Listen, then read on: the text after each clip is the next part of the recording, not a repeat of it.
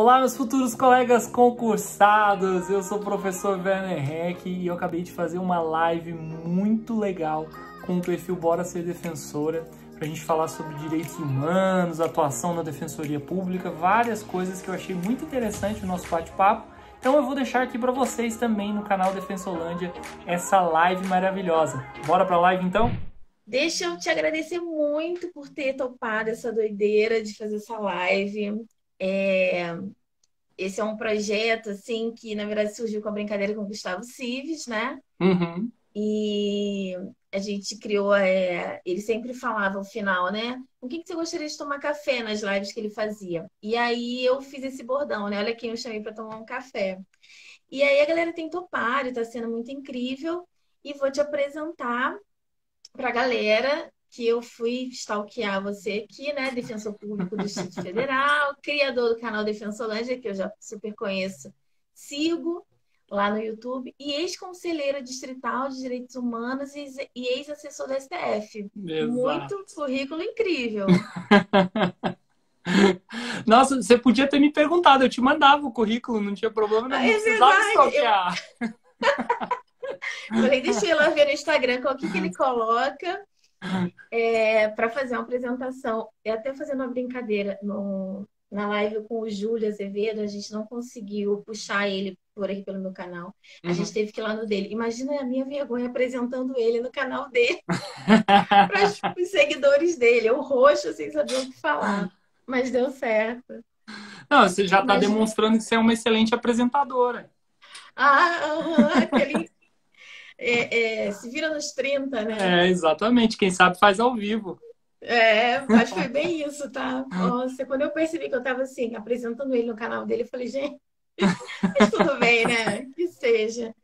Mas vamos lá.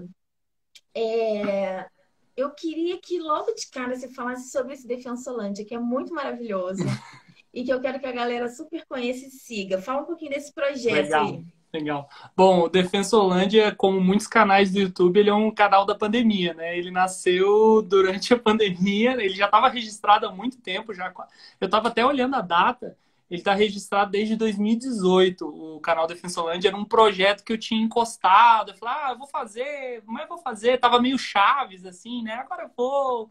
E aí foi ficando, e durante a pandemia eu falei, poxa, tem tanta coisa que eu queria falar, que eu queria expressar sobre direitos humanos, falar sobre concurso. Eu falei, bom, bora começar então, logo, já que estamos em casa, estamos aqui, estamos tendo um pouco mais de tempo, embora não tenha parado a atividade na Defensoria Pública, né? Mas só de não ter que se deslocar para isso já dá um tempo a mais no nosso dia. E eu falei, bom, vamos começar a fazer os vídeos, comecei a gravar, comecei a aprender edição também, que é outra parada super complexa que eu não fazia ideia que para ser youtuber você também tinha que saber edição, enfim. Fui quebrando a cara e fui construindo o canal. A gente já está próximo aí de mil inscritos hoje, que é uma marca, né? Mas é muito distante de grandes canais, então é um canal muito pequeno ainda, bem caseiro. E a ideia ali é também passar um pouco do conteúdo, passar um pouco sobre o que é a Defensoria Pública, como que é a atividade, incentivar pessoas que querem ser defensores públicos, ou às vezes nem sabem que querem ser defensores públicos, mas eu espero um dia que a pessoa entre no canal e fale assim, nossa, eu quero ser defensor público porque esse canal aqui é muito legal, esse conteúdo, como que é a atividade do defensor, o que tem que estudar, gostei disso, gostei daquilo. Então, a ideia do canal é inspirar, na verdade, assim, a ideia de fundo é inspirar as pessoas sobre a defensoria e o nome também, várias pessoas já me perguntaram, por que Defensolândia, né? Eu queria fazer alguma coisa que desse boas memórias para as pessoas, né? Então, Disneylândia com Defensoria, eu misturei ali o nome e saiu o Defensolândia, que tem dois quadros até agora, né? Que é o quadro da quarta-feira, que é o Defensolândia Show, e o Happy Hour Defensoral na sexta-feira. O Defensolândia Show, normalmente eu trago conteúdos, os convidados vêm trazer conteúdos que são interessantes para quem quer passar para a Defensoria Pública, e na sexta-feira o Happy Hour Defensoral é o pessoal que já está aí na carreira, contando suas experiências, como que chegou lá, o que tem feito e tal. Então, é um canal aí que eu espero que o pessoal siga também, se inscrevam lá no canal, ative as notificações para receber todos os conteúdos aí instantaneamente. E ultimamente eu tenho até publicado bastante porque eu tô de férias da defensoria, então eu não tô tendo que fazer os processos, então eu tô fazendo mais conteúdo, fazendo mais vídeos pro canal e tentando responder todo mundo, né, que aparece lá e quer participar e tal. E, pessoal, enquanto o canal é caseiro, ainda dá para responder todo mundo. Então aproveitem e coloquem lá os comentários de vocês, que eu adoro receber o comentário de todo mundo lá no canal. É super legal ter essa troca de experiências com o pessoal que assiste. Não, e muito legal que, assim, surge num momento, né, que é a pandemia, super, um momento complexo, e surge, assim, de uma forma muito interessante para nós que estamos estudando, né? Você convidou o Maurílio, teve o Uhum. Luiz, né, o Zoen, que você Sim. fala que é o maior defensolante da história, É o né? maior Defensolândia da história até hoje. Defensolândia Show foi o É, maior com ele. é verdade. E teve o Gustavo Cives, teve várias, assim, chamou muita gente legal. Uhum. E eu tenho acompanhado até como fonte de estudo, né? Então, por exemplo, Uhum. do Zoen, ele colocou muito conteúdo ali, condensou muita coisa Sim. importante. Gustavo Cives falando também, o Maurílio, sempre brilhante, né? Falando Uhum. do curso Vulneráveis e sobre algumas perspectivas, né? Você trouxe alguns questionamentos. Então, eu acho que é um canal que veio assim para ficar. Espero muito sucesso e realmente tem feito diferença para a gente. Então, assim, é um agradecimento porque são Que bom. iniciativas dessa Que bom. que somam para a gente, né? Uhum. A gente pode estar acessando em momentos que não esteja assim estudando Uhum. ali o conteúdo do edital, e aí, naquele outro momento, é uma forma diferente de vir conteúdo que também está no edital, mas vem Sim.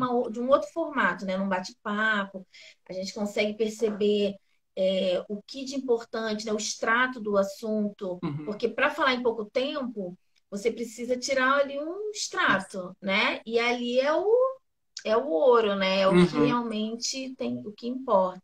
Então, sim, parabéns. Isso Espero que você que, falou mesmo é depois das legal. férias, você não pare. É, isso que você falou e é importante, essa questão de extração de conteúdo. Eu vou até falar um pouco sobre isso com o pessoal, para o pessoal entender como é que Claro. funciona a mente de quem está criando esses conteúdos, né?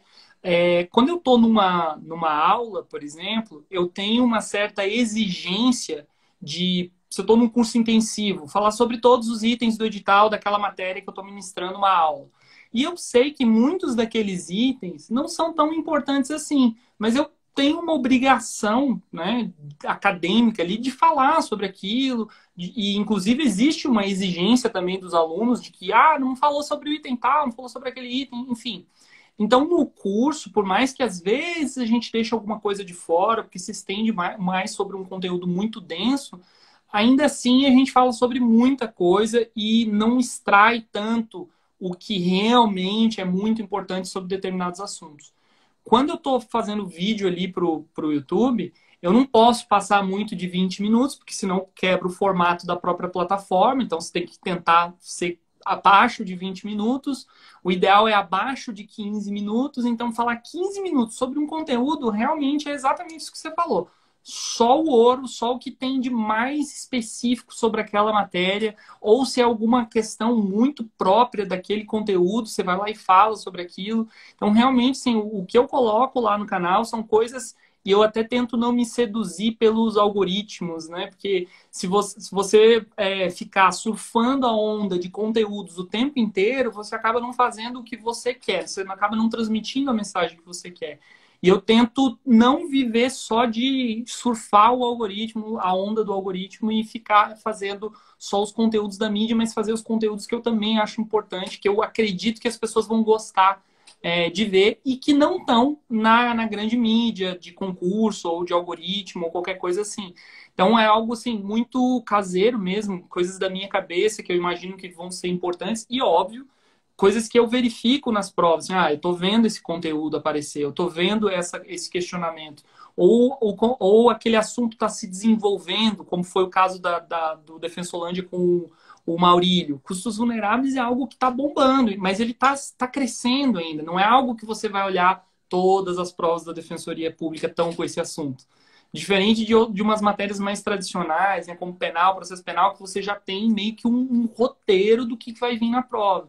Eu acho que as grandes fronteiras de desenvolvimento das provas da Defensoria Pública estão lá em direitos coletivos, direitos humanos, os próprios princípios institucionais, que o Franklin Roger também fez um Defensolândia Show sobre princípios Verdade. institucionais, que foi muito legal. Amanhã tem Defensolândia Show de novo, porque sempre às quartas-feiras, às 9 horas, eu vou receber o Renato Borelli, que é um juiz federal aqui do TRF da primeira região.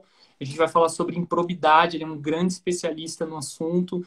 Então, a ideia é de trazer o convidado, falar de um assunto, que ele seja bom naquele assunto, as referências sobre aqueles assuntos, e ainda tirar esses extratos, que é realmente coisas importantes, acho que é daí que vem o valor do que a gente faz e coloca na internet. Diferente de ficar só naquela ondinha, de ficar falando do assuntinho, da moda, do momento e tal.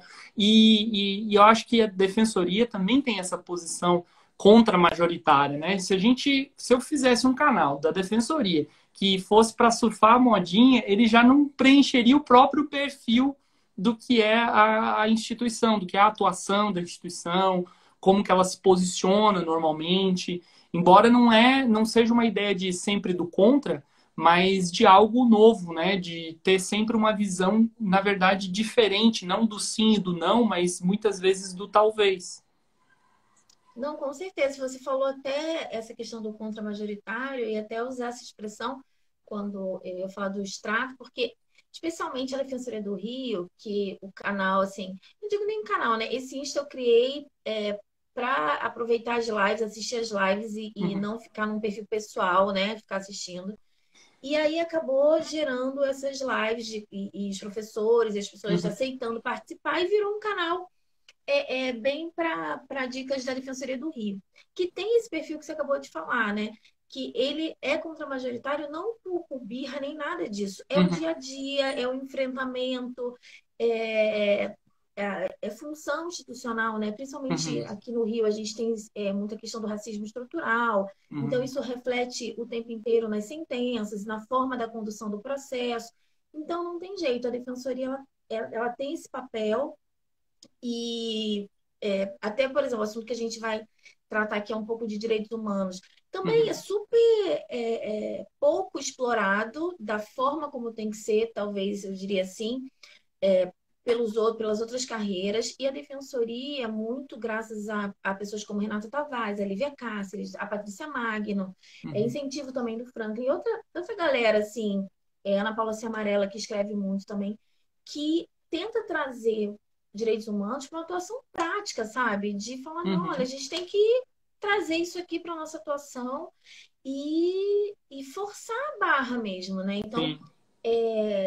eu acho que ter canais como o seu e a disponibilidade dos professores, como está tendo, por até nas lives, eu acho isso assim, fundamental. Tem muita gente que é de outro estado, Uhum. então não tem como acompanhar, por mais que muita coisa esteja na internet, mas assim, é muito diferente. Se eu quiser prestar um concurso em outro estado, hoje eu não tenho a menor ideia de quem seguir, o que Uhum. ver, nada disso, né? Então, eu acho que a pandemia trouxe essa oportunidade, né, da gente Sim. tentar levar essas informações. É verdade. Você Muito, sabe que muito você bom. falou uma coisa legal, que foi até um vídeo que eu fiz e deu até uma audiência engraçada, assim, que eu não esperava, que foi um vídeo que eu falei sobre uma dica de como utilizar as redes sociais, como utilizar a tecnologia a seu favor.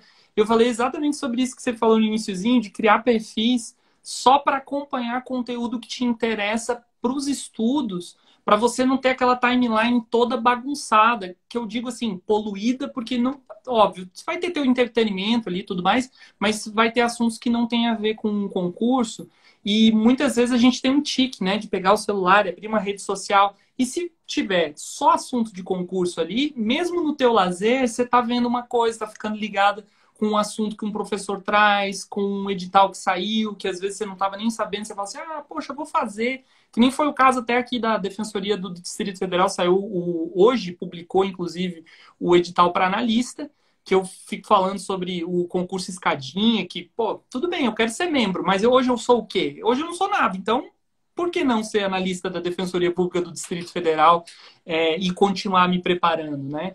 E é legal porque esse edital saiu também muito parecido com o de membro. Não tem informática, não tem várias matérias, aqueles raciocínio lógico e tal, e é uma oportunidade, assim, se você não está empregado, está ganhando menos do que o salário que vai receber aqui, é uma possibilidade. Isso, às vezes, a rede social nos entrega se ela estiver bem selecionada. Se os perfis que você segue estiverem bem selecionados, você consegue tirar algo positivo desse momento de lazer, de sentar ali no sofá, dar uma descansadinha e ver outros conteúdos que não é o conteúdo do livro, o conteúdo do curso, aquelas aulas, né?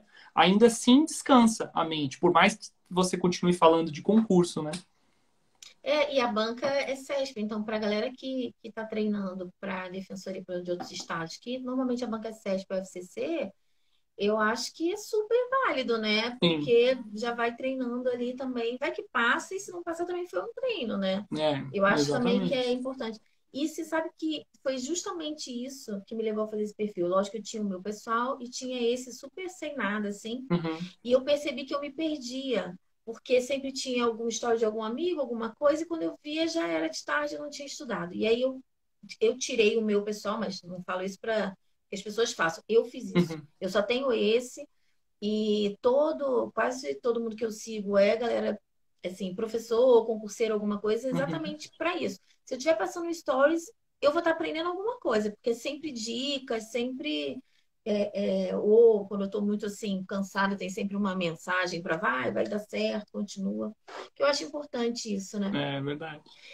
E trazendo um pouco para direitos humanos, que é uma matéria que eu vou te confessar, no concurso passado, eu tentei o concurso passado, fiz 44, estava de 50, eu zerei uma questão, sempre falo isso, eu zerei uma questão de processo penal, que eu botei toda a argumentação, mas não botei a peça. E aí o Hum, examinador zerou, e é isso, e a vida que segue a gente aprende. uhum, Porque para a prova do Rio, né, o objetivo nem é tirar nota grande, é tirar 50 para passar. Porque uhum, o desafio é esse, né? Eram 30, o corte eram 300 pessoas, passaram cento e poucas para outra fase. Então, o uhum. objetivo é tirar os 50.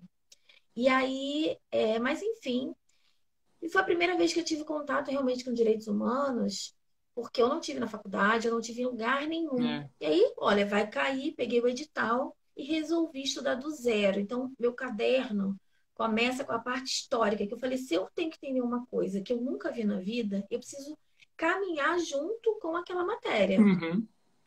E aí eu comecei ali da parte histórica, fui evoluindo. É claro que não era isso que seria pedido na prova, mas para mim foi importante para formar o meu entendimento, para Uhum. entender o que viria depois, que seriam os casos, né? E aí eu queria te perguntar duas coisas. Uma como que você trabalha esse tema? Uma dica da galera que está começando, coisas importantes que não podem ficar de fora, independente da prova, né? Se é do Rio, se é de outro estado. O que Uhum. que você acha assim de importante? Bom, a parte de normalmente ser chamado de afirmação histórica dos direitos humanos. No edital, ele vem como um item chamado de afirmação histórica dos direitos humanos. Basicamente, a gente tem um grande bloco que sempre cai, que é a parte da teoria geracional de Karel Vazak, porque ele coloca dentro de uma linha de tempo, né, de 1628 até 1979, que são as três primeiras gerações que o próprio Karel Vazak identificou. E aí depois a gente tem quarta e quinta, que é sempre uma bagunça, são outros doutrinadores em cima da teoria, não se sabe exatamente quais são os temas de cada uma. Isso é uma bagunça na doutrina, então nunca cai em prova objetiva, porque vai dar anulação, possivelmente, porque a gente tem muito contrapeso de doutrina. Então, o ideal é estudar a teoria geracional, essas três primeiras gerações, que são as originárias, e para trás disso, né, que é bom a gente entender que a primeira geração não é onde nasceu direitos humanos, não foi em 1628, isso é uma das teorias, né, que é a do Karavazaki. Mas antes disso, basicamente, você tem as ideias confucianas, um pouco da ideia oriental aí em cima de Confúcio. Depois a gente tem a herança da Grécia Antiga e a herança romana. Depois a gente já está chegando perto de Karavazaki de novo, ali da primeira geração. O mais importante, por incrível que pareça, é algo que eu até deixei nos meus destaques aqui no meu perfil do Instagram, que é o cilindro de Ciro. Antes da teoria geracional, normalmente o que cai muito é essa parte da Pérsia antiga, né? Do Império Persa. E o cilindro de Ciro, eu fiz até um destaque que eu fui no British Museum, fiz um vídeo lá mostrando o próprio cilindro, ele está lá em Londres exposto. Falei sobre o que é, por que ele é tão aclamado, né? Porque ele é a primeira referência escrita de direitos humanos que a gente tem. Antes disso, antes de 537 a.C., é tudo só conhecimento oral que foi sendo passado de geração em geração. Então, a parte de afirmação histórica, a gente tem esses grandes momentos aí. A parte de o cilindro de Ciro, que é o primeiro momento escrito, e depois a gente, basicamente, tudo que vocês aprenderam, tudo que o pessoal aprendeu em história do direito, da herança da Grécia Antiga e Romana, se assemelha muito com direitos humanos, porque é a base justnaturalista, né? O fundamento justnaturalista de direitos humanos. A gente só começa lá no iluminismo a vir para o contratualismo, e aí a gente vai fazendo outros fundamentos, o fundamento comunista, socialista, enfim. Isso tudo mostra que toda a base de fundamentos de direitos humanos, características de direitos humanos, tudo isso veio evoluindo historicamente. Então, quando a gente começa a colocar o que aconteceu naquele momento histórico e tal, começa a ficar mais ilustrativo e menos árido. Normalmente, quando eu ministro as aulas, eu tento fazer esse cotejo com o pessoal para a galera começar a entender, então é aqui que acontece isso, é nesse momento histórico que a gente está falando. Logo em seguida, eu tento contextualizar para as pessoas saberem o que foi a teoria geracional, que na verdade foi só uma palestra que o Karel Vazak fez, e todo mundo acha que foi um puta livro de 200 mil páginas e tal. Na verdade, não. Foi uma palestra de 2 horas que ele fez para um monte de pensador. Os caras amaram a ideia dele. É uma metáfora, não é algo para ser seguido a ferro e fogo, embora muito doutrinador segue como se aquilo fosse a verdade sobre a evolução histórica de direitos humanos.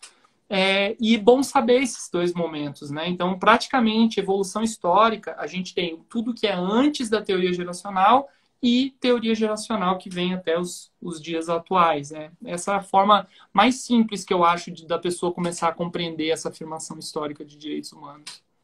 É muito importante, né? Eu acho que ela faz todo o colchão, né, do que vem depois, né? Principalmente depois, assim, eu acho que passar para aquele estudo da criação da ONU, Uhum. pensando que a Liga não deu certo, porque aquele pensamento ali, Primeira Guerra, Segunda Guerra, e aí começa, né, acho que um túnel ali de criações, de Uhum. declarações, de convenções que vão sendo. E tem uma marcha, né? Eu Isso. acho que começa ali a engatar uma marcha e pensando quais eram os problemas de agora, pô, genocídio, tá? E agora, qual é o outro? E assim vai, Uhum. né? É. Eu acho que tem uma Se marcha. você for pensar nessa parte de internacionalização, ela começa em 1919, com a criação da Organização Internacional do Trabalho, que está dentro do próprio Tratado de Versalhes. E até foi na live com o Luiz Henrique Zoinha, eu fui falar com ele, e aí, você sabe por que tá? Ele falou, não, essa daí eu não sei, você vai ter que me contar. Na verdade, isso eu fui buscar em livros de história, para saber exatamente por que estava dentro do Tratado de Versalhes, foi o que pôs fim à Primeira Guerra Mundial, para o pessoal que não sabe aí.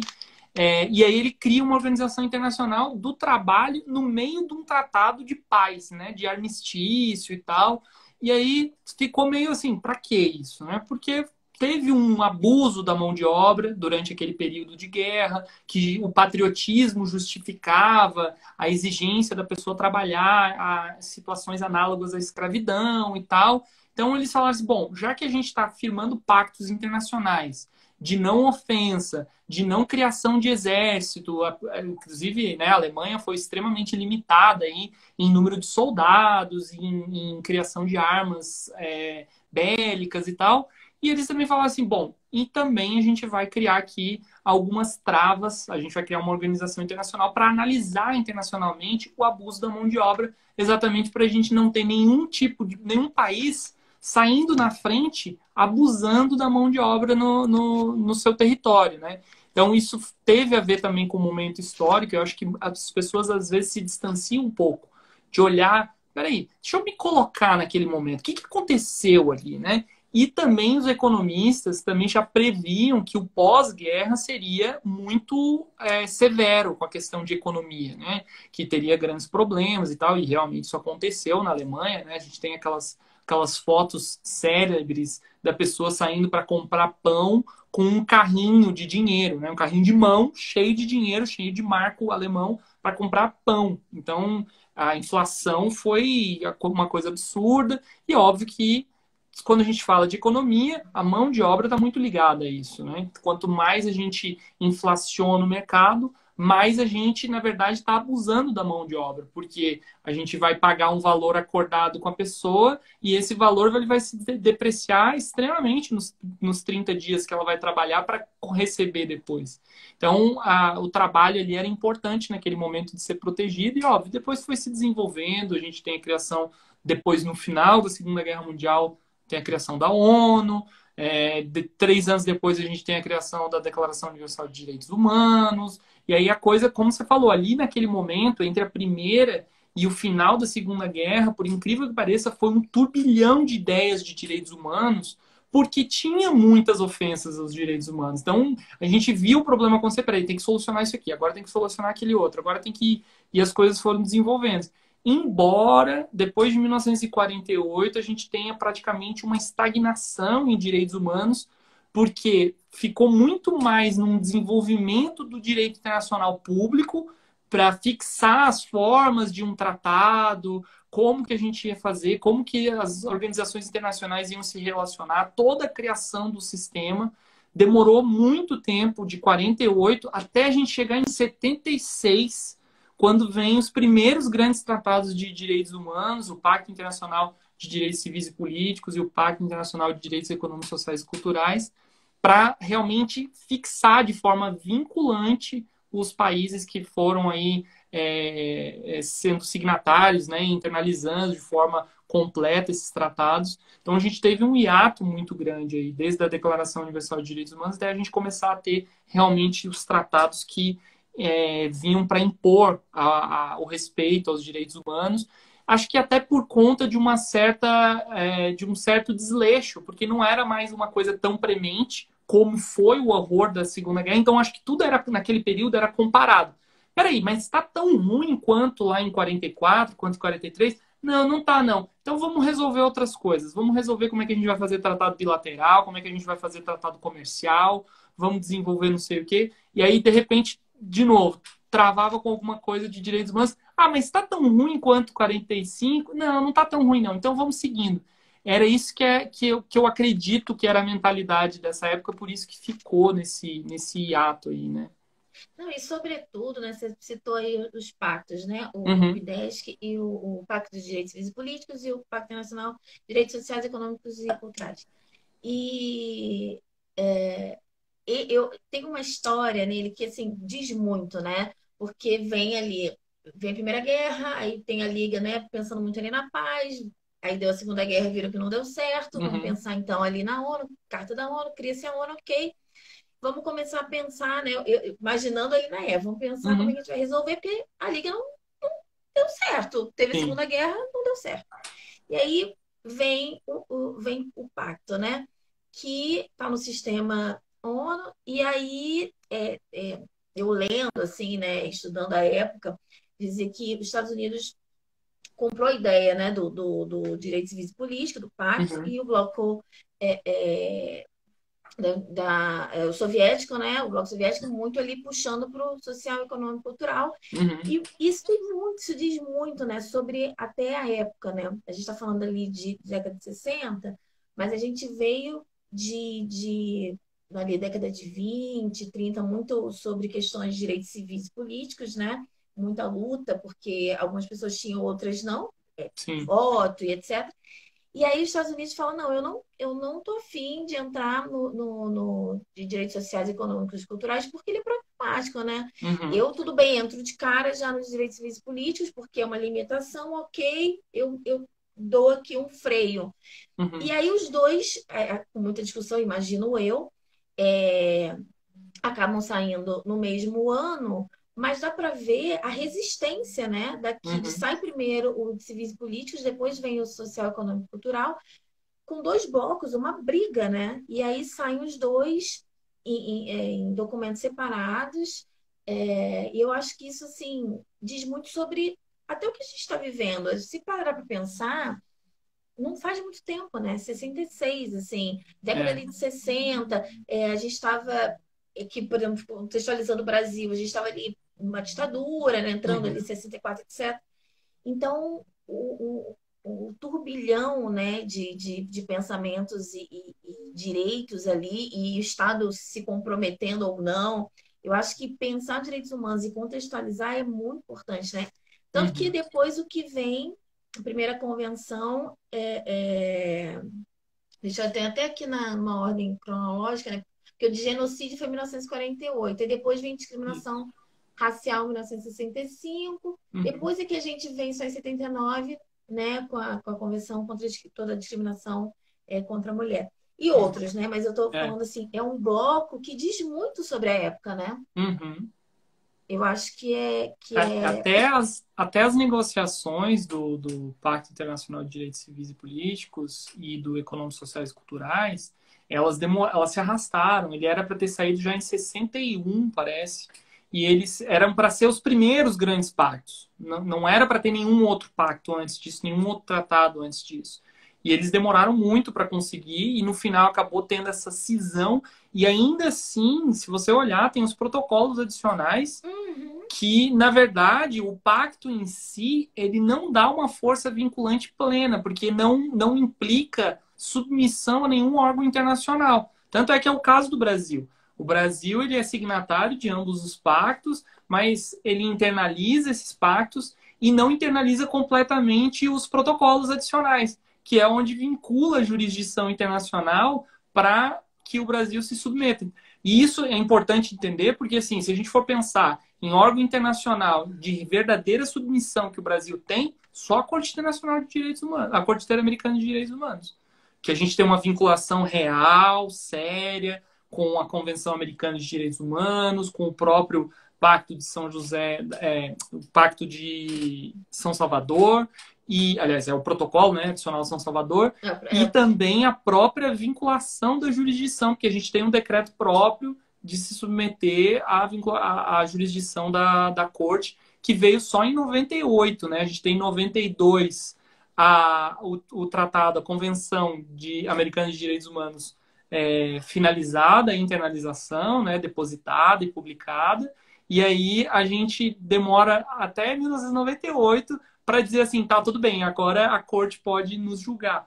E é até interessante falar sobre isso, porque tem um caso emblemático sobre esse assunto, que tem a ver também com a questão do racismo, e é o racismo institucional aqui no Brasil, que é o caso Simone Diniz, que a gente não pode levar ele para a Corte Interamericana de Direitos Humanos. E um monte de gente ficou me perguntando, cara, mas por que não pode? Por que não pode? Foi depois da convenção, mas teve ainda o decreto de submissão à jurisdição que só veio em 98. Então foi depois dos fatos do caso Simone Diniz e não tem como judicializar. Então, se o Brasil der uma banana para a Comissão Interamericana, falar assim, eu não vou cumprir nada dessas determinações, dessas recomendações que foram feitas, acabou. Não tem muito o que fazer. Vai levar para um plenário da OEA, É, eventualmente, não tem muito um efeito assim, né, porrada, tem como executar, o Brasil vai ficar mal na história. Não, ele vai ficar mal na parte midiática, digamos assim, não vai ter uma boa imagem sobre cumprimento dos direitos humanos. Isso, óbvio, tem algumas implicações indiretas, porque muitas nações olham para isso falando assim, pô, o país não está dando nem os direitos fundamentais, os direitos humanos para os seus cidadãos, como é que ele vai cumprir um acordo, por exemplo, comercial comigo, que não tem nada a ver com ele, que estou aqui só de boa vontade tentando ganhar dinheiro, né? Então isso gera uns efeitos, mas não são efeitos diretos de qualquer tipo de sanção e tal.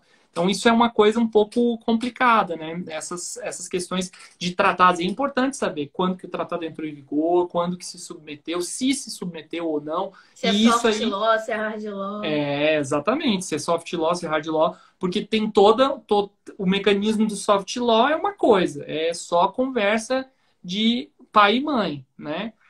Vai falar assim, não, não pode fazer isso, meu filho, não faz assim, tal, não sei o quê. O hard law já é conversa mais séria, assim, né?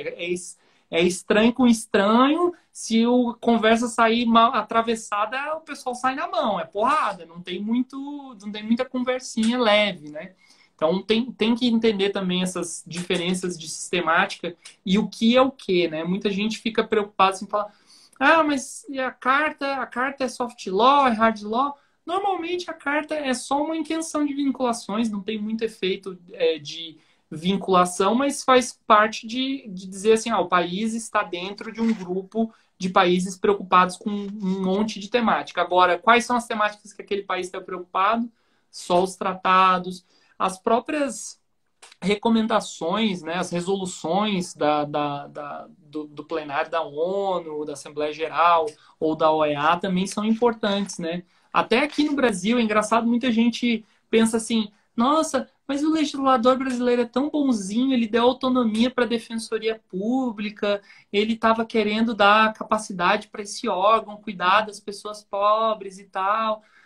Gente, teve toda uma movimentação na OEA, duas resoluções da Assembleia Geral da OEA falando que o modelo real de assistência judiciária tem que ser o de um staff com um órgão público por conta de toda a questão de diferenças sociais que a gente tem no Brasil, abismo social que a gente tem no Brasil, e, na verdade, na América Latina como um todo.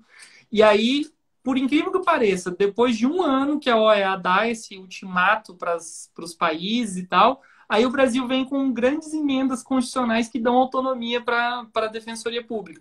É óbvio que teve todo um movimento interno também, mas teve essa pressão internacional de que, poxa, vocês têm que criar e dar um jeito de dar acesso à justiça para as pessoas. Não dá para deixar estados benevolentes, como era o caso do Rio de Janeiro, São Paulo, que já tinham a instituição antes de ter uma obrigatoriedade e já davam uma certa autonomia para esses órgãos. Não dá para ficar mantendo esse tipo de modelo. Tem que ser realmente um modelo nacionalizado, amplo, autônomo, que não tem essas vinculações, porque, óbvio, a gente também bate no governo, né? Então, é sempre complicado bater na mão que te alimenta. Agora, quando você tem autonomia, a coisa fica um pouco mais tranquila para você trabalhar com isenção.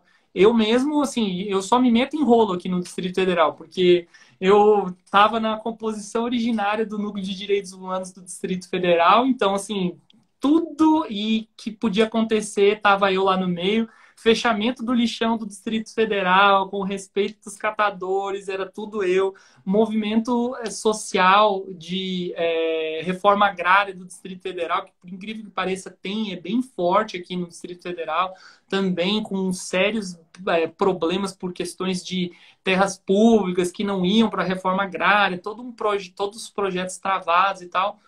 E isso são grandes pautas, né? Não é algo que a gente pensa assim, vai se resolver sozinho, não tem problema, isso aí vai dar certo um dia. Não, se não tiver o envolvimento, seriedade de todo mundo que está atuando, não vai mesmo para frente. E hoje eu estou na tutela coletiva da execução penal, então assim, eu não paro de me meter em encrenca aqui nas atribuições.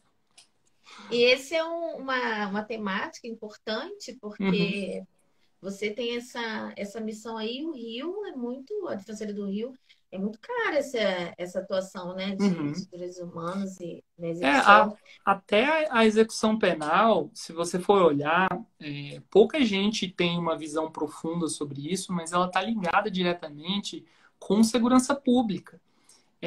O pessoal fala assim, não, mas a segurança pública é só na hora de prender, na hora de levar para audiência de custódia e tal, mas na verdade isso é o início de uma esteira. Se a gente for pensar na forma de produção de cidadãos em conflito com a lei, a gente tem dois resultados lá no final da esteira. Ou ele se torna reincidente, ou ele se torna um ressocializado. Não tem um meio termo. Ou ele vai para um lado, ou ele vai para o outro.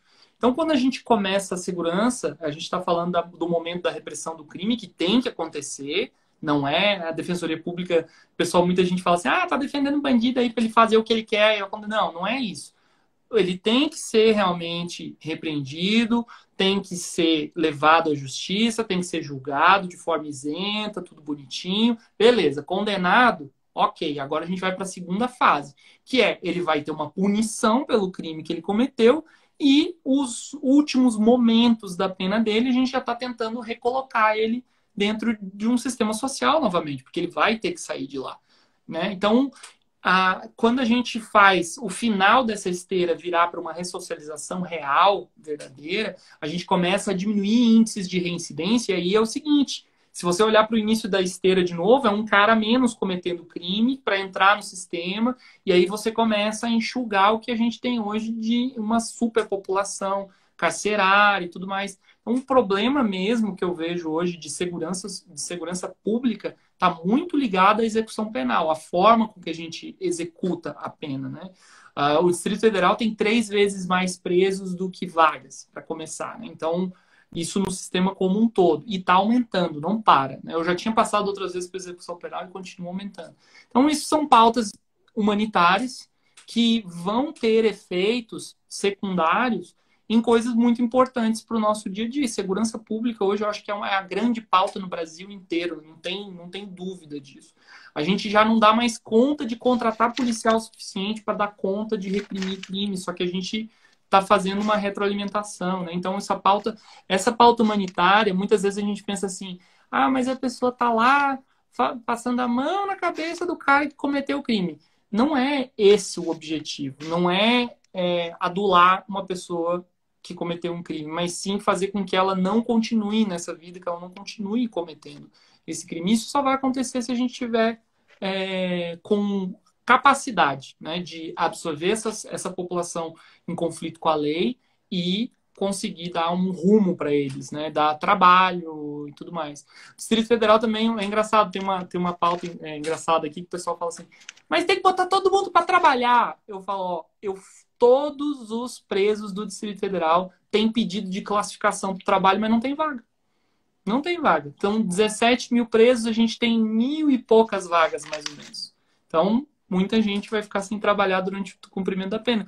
E aí isso tem a ver com o quê? Tem que investir, tem que abrir vagas para essas pessoas, para elas trabalharem enquanto elas estão cumprindo a pena, enfim.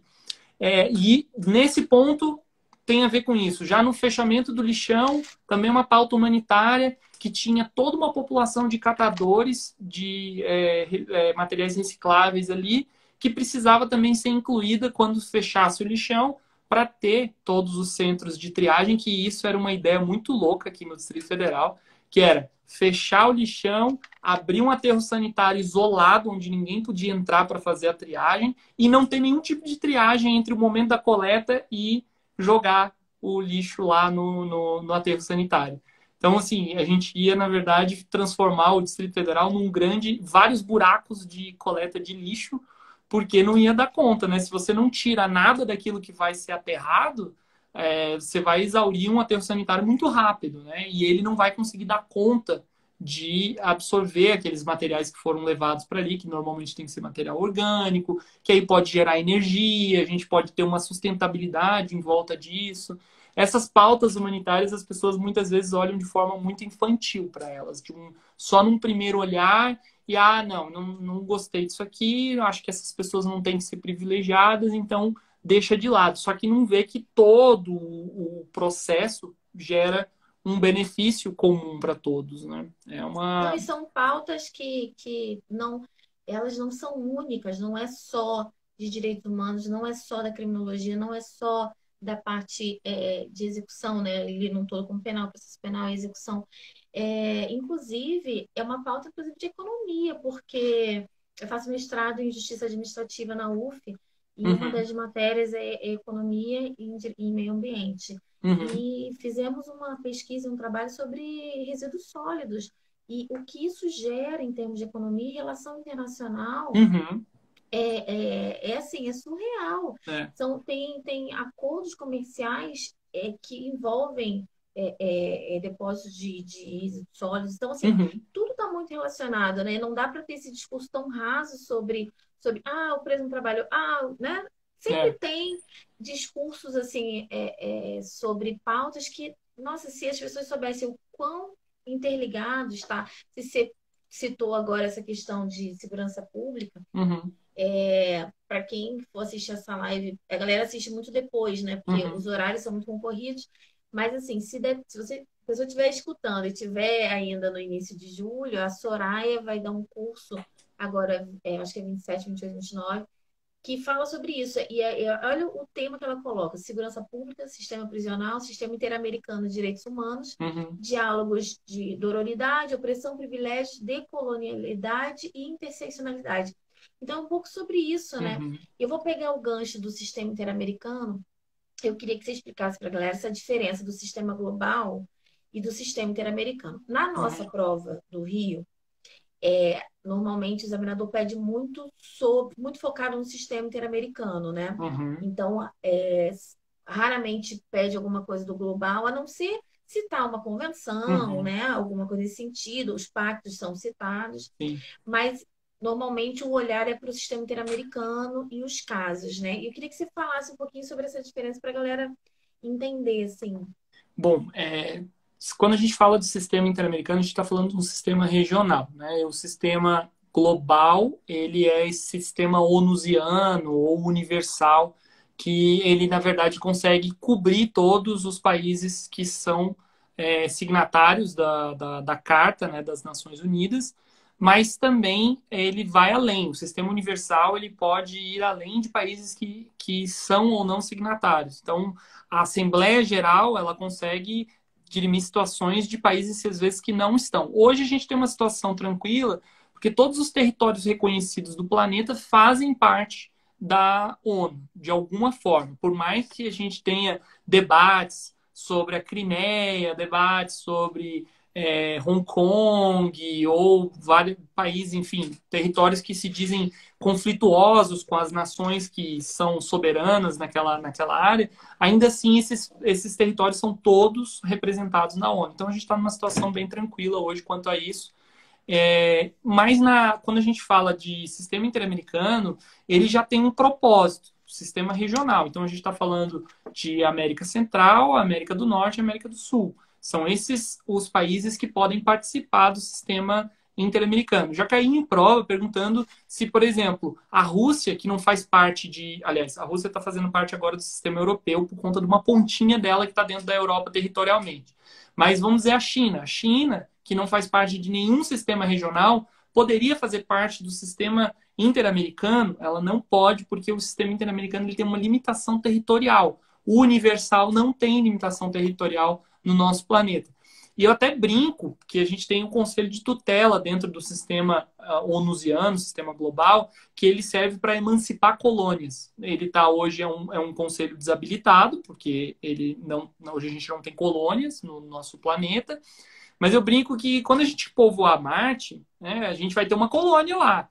A gente não vai ter um território certo sobre, tal país vai ter tal território em Marte, ou vamos criar outros países em Marte. Enfim, vai ser uma bagunça a hora que a gente começar a ir para outro planeta.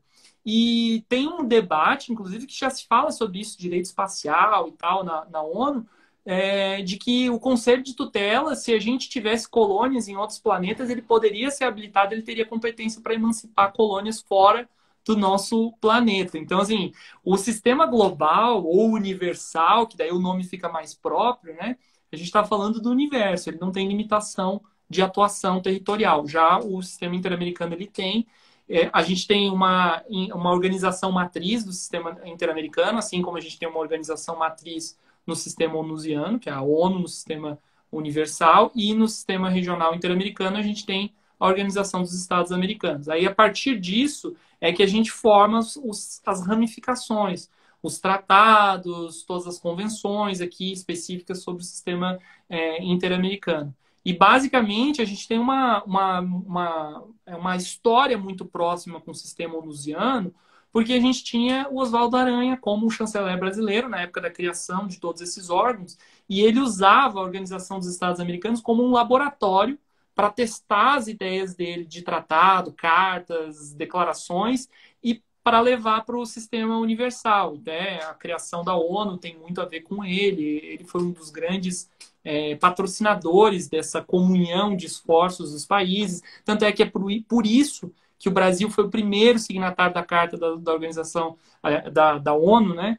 E, inclusive, é o primeiro a discursar sempre na Assembleia Geral. Então, tem toda essa deferência para o Brasil por conta do Oswaldo Aranha. Então, a gente pode traçar relações entre o sistema interamericano e o sistema onusiano. A gente tem a OEA, ONU, a gente tem a Declaração Americana de Direitos e Deveres do Homem, a gente tem a Declaração Universal de Direitos Humanos. Depois a gente tem Convenção Americana de Direitos Humanos, a gente tem Pacto Internacional de Direitos Civis e Políticos. Aí a gente tem o Protocolo de São Salvador, a gente tem o Pacto Internacional de Direitos Econômicos, Sociais e Culturais. As temáticas são as mesmas e tem a ver com isso, por conta de todo esse movimento diplomático que o Brasil foi criando e usando como laboratório o sistema interamericano e o sistema e levando para o sistema universal aí já como teses prontas, teses afirmadas.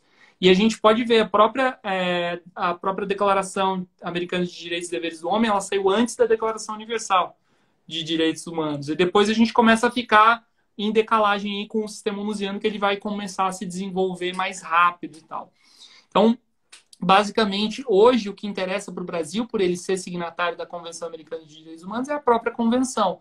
A Declaração de Direitos e Deveres do Homem, ela ficou em desuso porque a Convenção engloba tudo isso e a Convenção tem efeitos vinculantes. A Declaração, ela é soft law e a Convenção, ela é hard law. Então, hoje, praticamente, a gente se baseia em cima da Convenção Americana de Direitos Humanos, porque a gente o Brasil é signatário, vários países são signatários, e a gente tem uma ausência notória aí dos Estados Unidos, que não é signatário, mas sempre com aquela desculpinha do respeito ao Pacto Federativo Americano, que a União, né, o federal americano não poderia vincular os estados de forma autoritária, que teria que ter sempre plebiscitos. Eles ficam inventando várias historinhas lá para não entrarem nos pactos internacionais. Mas os pactos comerciais, eles assinam, que é uma beleza. Esses aí não tem problema,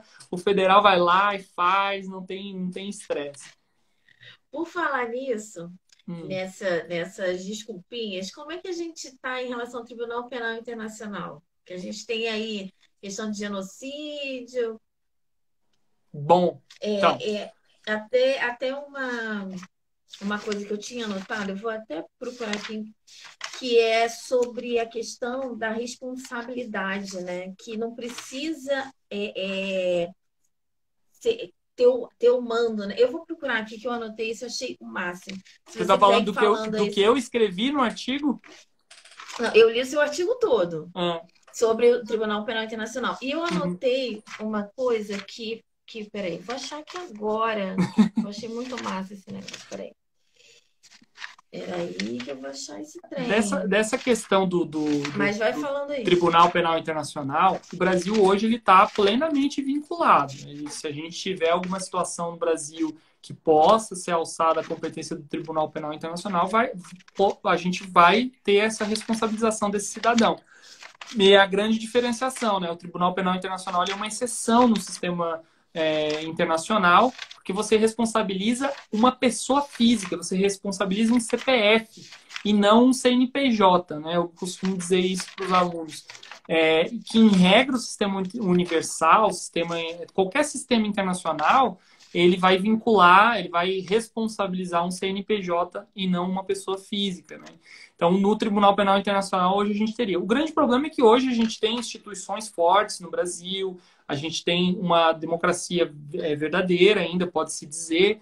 Então, dificilmente a gente vai ter algum crime internacional sendo alçado à responsabilização do Tribunal Penal Internacional, porque ela é subsidiária e complementar. Então, primeiro, a gente tem que estar numa ausência de capacidade de penalizar uma pessoa que cometeu aquele crime.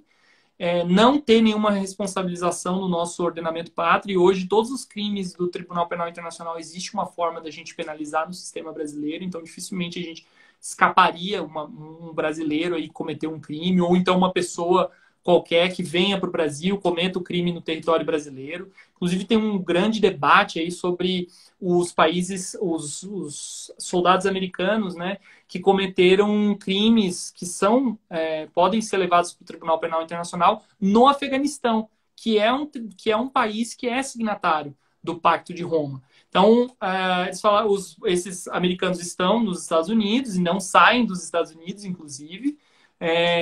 E aí o Tribunal Penal Internacional ficou um pouco desmoralizado, porque o crime foi cometido no território que é signatário por cidadãos que estão em um país que não é signatário. Deu até um rolo, porque a procuradora do TPI, inclusive, perdeu, os Estados Unidos tirou o visto dela e ela não consegue ir para a sede da ONU em Nova York. Deu uma bafafá essa história aí, mas a mídia brasileira não está debatendo muito isso. Porque eu acho que nem escapa. interessa muito para eles, assim, Pois pra é, mídia, pois né? é. A gente está indo para os 4 minutinhos finais. Sim. Eu li seu artigo, galera, Uhum. o livro é esse aqui, que é o Processo Penal Contemporâneo, e tem vários autores maravilhosos, inclusive o Verne. E aí você fala, né, até nessa conclusão, que se parece o procedimento do TPI muito parecido com o nosso processo Uhum. penal, ou seja, tem alguns cuidados e que é bifásico e que já cita assim um pouco a lógica do juiz de garantias, né? Eu achei isso o máximo. E uma coisa que eu queria pontuar, porque assim, se cair a live, eu já deixo meu agradecimento, tá? Que eu amei. Que nessa questão da responsabilidade do TPI, eles citam sobre responsabilidade por comando, que não precisa ele ter cometido, né? É o Uhum. domínio final do fato, né? Que é o Isso. artigo 28 do Estatuto de Roma. Eu achei isso incrível. E aí você coloca esse link com o nosso processo penal e toda essa situação de desgarantias, eu achei assim, muito incrível. Queria deixar esses 2 últimos minutinhos para você comentar um pouquinho sobre isso. Uhum. Mas deixar já o agradecimento. Amei a live. Eu E também. sou sua fã do Defensolândia. Galera, segue. E fala um pouquinho sobre essa questão desse link aí com o nosso Bom, processo penal e o juiz de o juiz de garantia. garantias é uma pena que ele foi aí suspenso, né, pelo Supremo Tribunal Federal. Mas ele realmente era uma inovação bem-vinda para o nosso sistema penal brasileiro, porque ele já é utilizado em vários países e é uma tendência internacional. O próprio TPI se utiliza dele. A formação, a forma de julgamento demonstra que ele tem um juiz de instrução, que é o de garantias, e aí depois ele tem 2 instâncias de julgamento, a ordinária e a recursal. Então, se a gente tivesse feito o juiz de garantia, a gente estaria super vanguardista, super acompanhando o sistema internacional e que realmente traz uma transparência maior. Porque o juiz da instrução, ele está buscando a verdade ali, os fatos. Então, ele está muito comprometido com a operação estatal em elucidar aquilo e muitas vezes buscando uma condenação. Quando o juiz do julgamento ele verifica aquilo tudo pronto, é outra história, né? Outra mentalidade. Ele vai analisar com mais seriedade as nulidades, que no Brasil são praticamente não geram nada, né? Pode nulité sangrif num processo penal, isso eu acho um absurdo, mas é assim que o nosso sistema tem se posicionado. E a gente vê nos filmes americanos e tal, qualquer nulidadezinha processual, todo mundo se caga de medo de fazer uma nulidade processual porque derruba o caso. A pessoa não vai ser condenada por uma nulidade processual. No Brasil é muito diferente disso, porque eles têm lá uma garantia processual muito séria, né? O due process of law lá é muito sério. E aqui já é um pouco mais maleável, assim. Então, eu acho que essa é a grande diferença que a gente tem no nosso sistema comparado aí com o sistema internacional e outros países que estão na vanguarda dessas questões processuais. Né? Você tocou, a gente está indo para os 28 segundos finais. Eu ia até falar da quebra da cadeia de custódia, mas Só aí dá para dar fica tchau a agora. dica para a galera ver a live do Diamantaras, que foi ontem, que é mais ou menos isso, né? De tentar trazer um pouco mais de seriedade para o processo. Mas eu quero te deixar assim, o meu beijo, e que foi Obrigado. muito maravilhoso. É um assunto que é muito bom. Uhum. E galera, segue o Defensolândia.